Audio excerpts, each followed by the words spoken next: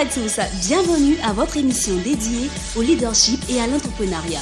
Pour ce premier numéro, je vais commencer d'abord par vous donner une formule parce que tenez-vous bien, il existe bel et bien une formule pour faire de vous un bon entrepreneur et un bon leader.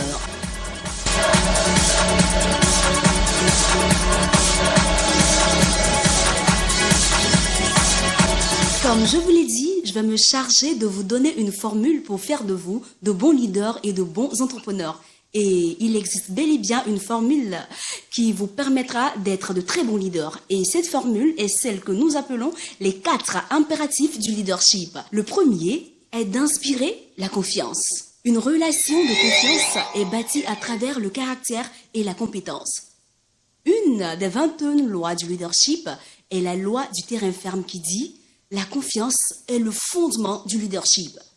Le leadership repose sur la confiance et la confiance repose sur le caractère. C'est pour cette raison que le général américain Norman disait « Le leadership est une puissante combinaison de stratégie et de caractère, mais s'il devait en manquer un, que ce soit la stratégie. » La confiance aux autres est exprimée en croyant en leurs capacités, en déléguant de manière croissante les responsabilités.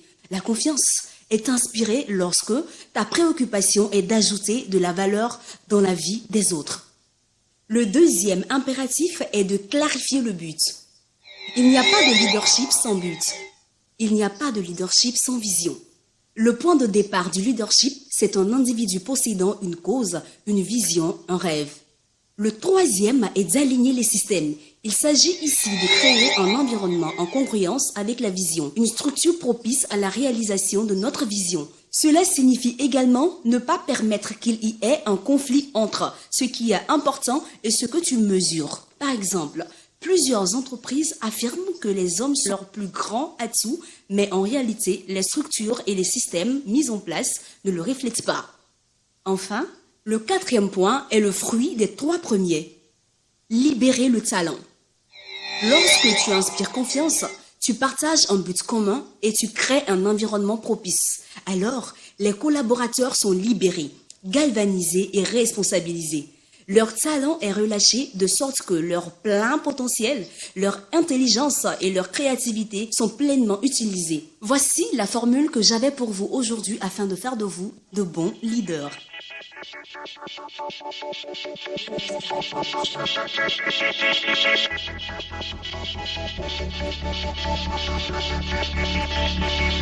Nous partons maintenant pour notre interview avec un directeur d'entreprise qui nous fait le plaisir de nous recevoir pour vous donner de sages conseils pour faire de vous de beaux entrepreneurs. En route pour le bureau de notre invité. Afrique Ambitieuse est votre émission dédiée au leadership et à l'entrepreneuriat. Je suis Yann Baou et j'ai la lourde tâche de non seulement rechercher, mais aussi trouver des formules, des informations et des conseils pratiques pour faire de vous de bons leaders et de bons entrepreneurs. Je rencontrerai des entrepreneurs de divers domaines qui partageront leur expérience dans le but de vous aider à vous parfaire, tout en développant votre activité si vous en avez une bien sûr, et en vous poussant aussi à entreprendre tout en vous donnant des conseils pour être de bons leaders et de bons entrepreneurs.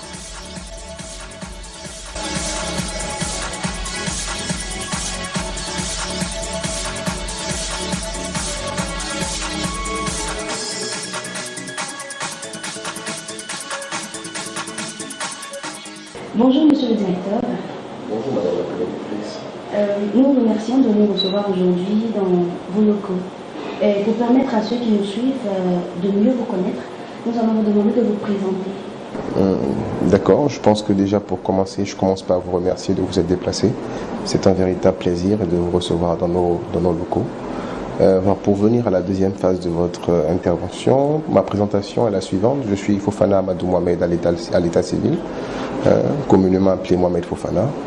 Je suis un jeune Ivoirien œuvrant dans le domaine de la communication, particulièrement dans le secteur de la production audiovisuelle. J'ai l'honneur de diriger une entreprise qui s'appelle Africa Black Label, qui est en train d'essayer de prendre sa vitesse de croisière dans le domaine de la production audiovisuelle en Afrique de l'Ouest. Et on essaie aussi de défendre les couleurs de la Côte d'Ivoire à travers toute l'Afrique, mais surtout de l'Afrique à travers tout le monde. Donc voici un peu. J'espère que ça vous va. Ça va aller pour le moment. Parlez-nous maintenant de votre cursus scolaire. Mon cursus scolaire, il a démarré au CSP de Cocody, où j'ai eu la chance de faire mes classes de maternelle et mes classes de cours élémentaires aussi. Ensuite, je pense qu'après le certificat, j'ai eu à partir à André Malraux, le collège. Après, j'ai eu à migrer après le BEPC, après le brevet. J'ai eu à faire le lycée de garçons de Bingéville. Voilà, donc après j'ai eu à faire l'université. Et voilà. Et là, vous nous avez fait savoir que vous travaillez dans le domaine de la communication. Et est-ce qu'on peut savoir pourquoi vous avez opté pour ce domaine-là? Oh, pourquoi j'ai opté? Ce terme me paraît un peu obsolète. En ce sens, en vérité, je n'ai choisi la communication. Disons que la communication m'a choisi. Durant tout mon cursus scolaire, je n'ai pas fait de formation diplômante en production audiovisuelle ou en communication. Forcément, mes ressources intellectuelles estudiantines sont plus axées sur la finance et la banque. Mais après, il y a ce qu'on est, mais il y a ce qui est au fond de nous. Et je pense que la communication est quelque chose qui a depuis toujours été une partie de moi, une partie majoritaire, une partie majoritaire mais silencieuse, qui après tous mes différents cursus scolaires a vu le jour. Donc pourquoi j'ai opté pour la communication? Non, la communication m'a choisi et je ne fais que subir cette passion avec passion. En tant que bon entrepreneur, quels sont les principes qui vous ont permis d'arriver à vos fins? D'accord. Je pense qu'un bon entrepreneur doit s'acquérir de beaucoup de principes, de beaucoup de valeurs, dans la marche, dans la longue marche de la réussite de son entreprise, des valeurs telles que la détermination. Il faut être déterminé parce que le chemin de l'entrepreneuriat est un chemin très aléatoire, surtout dans notre partie du monde, c'est-à-dire en Afrique. Nous n'avons pas forcément des institutions bancaires pour accompagner les financements et encore lorsqu'on a des prêts bancaires, ce qui n'est pas toujours évident pour tout le monde, pour réaliser ces projets. Il y a un système de gestion très régalien, il y a un système de mise en œuvre très... on va dire très complexe à mettre en œuvre. Il faut faire des efforts sur soi-même déjà pour commencer. Parce qu'un bon entrepreneur, c'est d'abord un bon gérant dans la base. Et lorsque je dis gérant, je parle de gestion des ressources financières, gestion des ressources matérielles, gestion des ressources humaines. Parce que d'autres disent qu'un bon entrepreneur, un bon chef d'entreprise, c'est un bon comptable. Mais le bon comptable, en fait, c'est pas celui qui est fort en calcul, c'est lui qui sait gérer. C'est-à-dire la notion de gestion, c'est une notion qui s'axe sur la connaissance des acquis ou des ressources et les prévisions sur le court, le moyen et le long terme. Donc d'abord, un entrepreneur doit avoir cette valeur-là. Il doit d'abord s'acquérir de ce principe, la notion de gestion. Après cette notion de gestion, vous avez ce que j'appelle une notion d'abnégation, de ne jamais savoir dire non, j'en peux plus. Toujours aller de l'avant, malgré toutes les différentes réalités, aussi difficiles qu'elles puissent paraître par moments.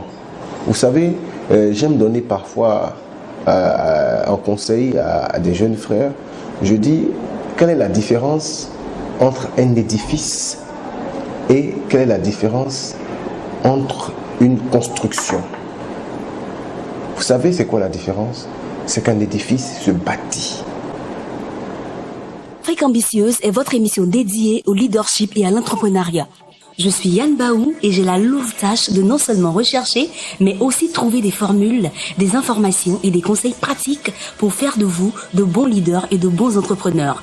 Je rencontrerai des entrepreneurs de divers domaines qui partageront leur expérience dans le but de vous aider à vous parfaire, tout en développant votre activité si vous en avez une bien sûr, et en vous poussant aussi à entreprendre tout en vous donnant des conseils pour être de bons leaders et de bons entrepreneurs. Je prends pour œuvre la basilique de Côte d'Ivoire, aujourd'hui qui est l'un des monuments du monde entier. La basilique du Côte d'Ivoire est un édifice parce qu'il s'est bâti au prix de sacrifices, au prix de vies humaines, au prix d'efforts financiers, au prix de contributions personnelles, au prix de beaucoup de choses. Donc toutes ces différentes, ce cocktail de valeurs-là a permis aujourd'hui à un édifice de voir le jour. Mais c'est comme ça une entreprise. Lorsqu'un entrepreneur ou lorsqu'une personne lambda décide d'entreprendre, il faut qu'il sache qu'il rentre dans le bâtiment d'un édifice. Il va vouloir bâtir sa carrière. Et cette carrière-là sera certainement minée. Minée par la jalousie, par l'aigreur, par le découragement, par la tentation même de recourir à des moyens pas toujours légaux afin de pouvoir assurer son quotidien. Mais lorsqu'on veut faire grand, on se donne de bons moyens. Comme l'a dit un poète, il a dit « La grandeur d'un homme se mesure à sa vision ».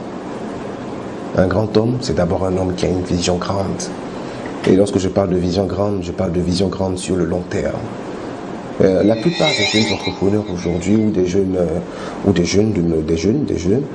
ils ont ce problème-là. Ils évaluent leur vie chaque année ou chaque 6 mois.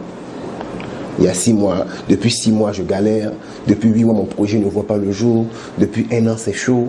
Je suis désolé. Moi, je leur donne d'abord le premier conseil qui est d'évaluer leur activité chaque 5 ans. Parce qu'il y a 6 mois, un bébé, il ne parle pas encore, il ne marche même pas. On est pressé pourquoi? Évaluez votre vie chaque 5 ans. Évaluez l'évolution de vos activités chaque 5 ans. Évaluez votre cursus, votre carrière chaque 5 ans, en moyenne. Il y a 5 ans, j'étais comment? Aujourd'hui, je suis comment? Dans 5 ans, comment je veux être? Là est la clé de l'entrepreneur qui veut aller loin. Savoir se fixer les objectifs et se donner les moyens d'y arriver. Donc tout ça, en fait, ce sont pour moi certaines expériences ou certains principes qui dénotent de certaines valeurs. Je ne sais pas si j'ai répondu à votre question, mais voilà un peu un ensemble, un amas de valeurs dont découlent des principes qu'il faut avoir. Il ne faut pas se laisser secouer au premier vent. Ah non, pas du tout. Même à la première tornade, il ne faut pas baisser les bras. Parce que les tornades, les vents, même les ouragans, il y en aura. Il y en aura toujours, car il y en a toujours eu. Mais comment tu te relèves après la chute? Comment tu t'accroches pendant l'ouragan? Mais comme on le dit, après la pluie, vient le beau temps. Donc si tu veux le beau temps, accepte la pluie. Afrique ambitieuse, retrouvez cette émission sur notre page Facebook en tapant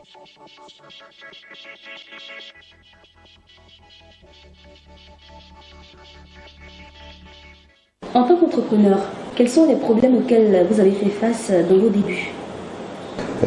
Déjà, le premier problème auquel je pense que j'ai dû faire face, c'était l'inexpérience. L'inexpérience vis-à-vis de moi-même, en fait. C'est-à-dire dans l'euphorie. Vous savez, tout nouvel entrepreneur est animé par une certaine euphorie. Vous voyez? Et cette euphorie, si elle n'est pas bien canalisée, vous emmène tout de suite à vous cogner la tête contre le mur. D'accord? Et à ce moment-là, pour éviter ce dégât ou cette perte de temps, il faudrait savoir écouter. Il faudrait savoir prendre conseil auprès des aînés. Donc, nous, par la grâce de Dieu, on a pu bénéficier de certains conseillers dans le domaine dans lequel nous exerçons, qui ont réorienté notre euphorie très rapidement d'ailleurs, avant qu'on fasse trop de dégâts, qui ont réorienté notre euphorie. Je fais allusion à des gens comme M. Kader Djiré, PDG du groupe Mediatix. Je fais à des gens comme mon PCA, mon président du conseil d'administration, M. Isobo Junior Kaloa. Je fais allusion à des gens comme M. Lamine Gom, directeur général de Univers Média Technologie. Et voilà, j'en ai des gens comme ça. M. Guillaume Vergès, qui est un rédacteur en chef de Prestige, Select Magazine plutôt, etc. Donc, on a eu la chance de bénéficier de conseils de devanciers, de doyens dans le domaine lorsque nous commencions à entreprendre. Donc, les premières erreurs, en fait, les premières difficultés, c'était nous-mêmes d'abord, c'est lui-même, le jeune entrepreneur lui-même d'abord, son euphorie qui est mal canalisée. Monsieur Mohamed Fofana est une personne qui écoute beaucoup. Nous avons eu l'occasion de le suivre dans ses déplacements lorsqu'il est entouré de personnes très importantes. Il les écoute et il met ces conseils-là en application. Deuxièmement, le deuxième problème qui se pose, qui découle bien sûr du premier, c'est la gestion financière. Ou je dirais plutôt les ressources financières. Parce que les ressources financières peuvent soit être existantes et mal exploitées, ou peuvent être inexistantes et mal recherchées. Pour reprendre au mot, nous constatons que l'organisation est un point clé même qui caractérise un bon entrepreneur. Comme le dirait l'autre, tout est une question d'organisation et de professionnalisme. L'organisation est partie déterminante. Sinon même, on va dire, est le cœur de l'entrepreneuriat. Parce que le tout n'est pas d'être à flot, c'est de s'y maintenir. Et pour s'y maintenir, qu'est-ce qu'il faut? Il faut être organisé. Monsieur Mohamed Fofana, qui est le directeur général, est une personne très organisée. Et il a une méthode de travail qui, à notre goût, nous permet de travailler aisément. Il nous fait confiance, il nous encourage et il a une stratégie de communication qui permet à chacun de pouvoir prendre des décisions, qu'il soit là ou qu'il ne soit pas là. L'organisation, c'est la valeur mère du monde de l'entrepreneuriat. Sous toutes ses formes. Elle peut se déguiser en forme de détermination, elle peut se déguiser en forme d'abnégation, elle peut revêtir un manteau de bonne gestion, mais ça reste de l'organisation. Tout est une question d'organisation et de professionnalisme. D'accord? Alors moi je pense qu'ajouter à ceci, à l'organisation, il ne faudrait pas aussi omettre le facteur le plus important. Le plus important de tous les facteurs, c'est de croire en Dieu d'abord, avant de croire en soi. Je dis bien croire en Dieu avant de croire en soi.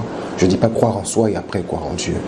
Parce qu'il faudrait d'abord qu'on arrive à comprendre que rien de tout ce qui nous est attribué par récompense à un effort quelconque qui vient de nous-mêmes. Tout est grâce. Alors lorsqu'on arrive à se mettre cette connotation spirituelle-là en esprit, on comprend que nous ne sommes pas maîtres de notre vie et que tout ce qui nous arrive est volonté de Dieu. Et étant des enfants de Dieu, tout ce qui nous arrive ne peut qu'être que bénéfique parce que Dieu ne peut pas vouloir le mal de quelconque de ses enfants.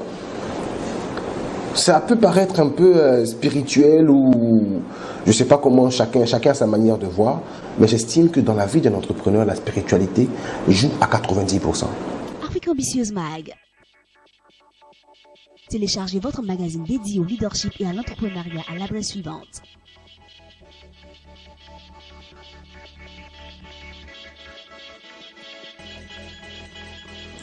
En tant qu'entrepreneur, vous avez un modèle ou des modèles. Si oui, parlez-nous un peu de ces personnes-là ou de cette personne-là. Et dites-nous principalement ce pourquoi vous avez choisi ces personnes comme modèle et ce qui vous a permis d'admettre, si cela est le cas, que ces personnes-là sont vos modèles. Oui, je pense à M. Aliko Dangote, qui est l'homme le plus riche d'Afrique, qui est un très très très grand homme d'affaires, qui a réussi le pari de la diversification et qui a réussi un pari. Ce que je retiens de l'histoire de M. Dangote, c'est qu'il a décelé un secret de l'entrepreneuriat. Entreprendre ce dans quoi les gens ne peuvent se passer. Alors il a commencé avec Dangote Sugar, il faisait du sucre, il a fait Dangote Ciment, il a fait Dangote Énergie, aujourd'hui il fait Dangote Énergie. Ce sont des valeurs dans lesquelles le marché de consommation déjà de base étant très vaste, parce que toute l'humanité mange, voilà, et toute l'humanité a besoin de s'abriter, construit avec du ciment, toute l'humanité a des véhicules, a des lampes, a besoin d'énergie. Alors lui, il a commencé à investir dans ce dans quoi l'homme ne pouvait se passer. Et donc c'est le cas pratique de Dangote, c'est ce que moi je retiens de son histoire, c'est ce qui m'a beaucoup marqué, et c'est une très bonne trame. Ensuite, vous avez même ici en Côte d'Ivoire, le président de NCA, du groupe NCA, M. Diagou, qui est un symbole pour toute l'Afrique, pour le monde entier, qui est une fierté pour la Côte d'Ivoire. Lorsque vous regardez le parcours de M. Diagou et même encore le parcours de M. Dangote, ce ne sont pas des parcours qui sont faits en 2 ans ou en 5 ans ou en 10 ans.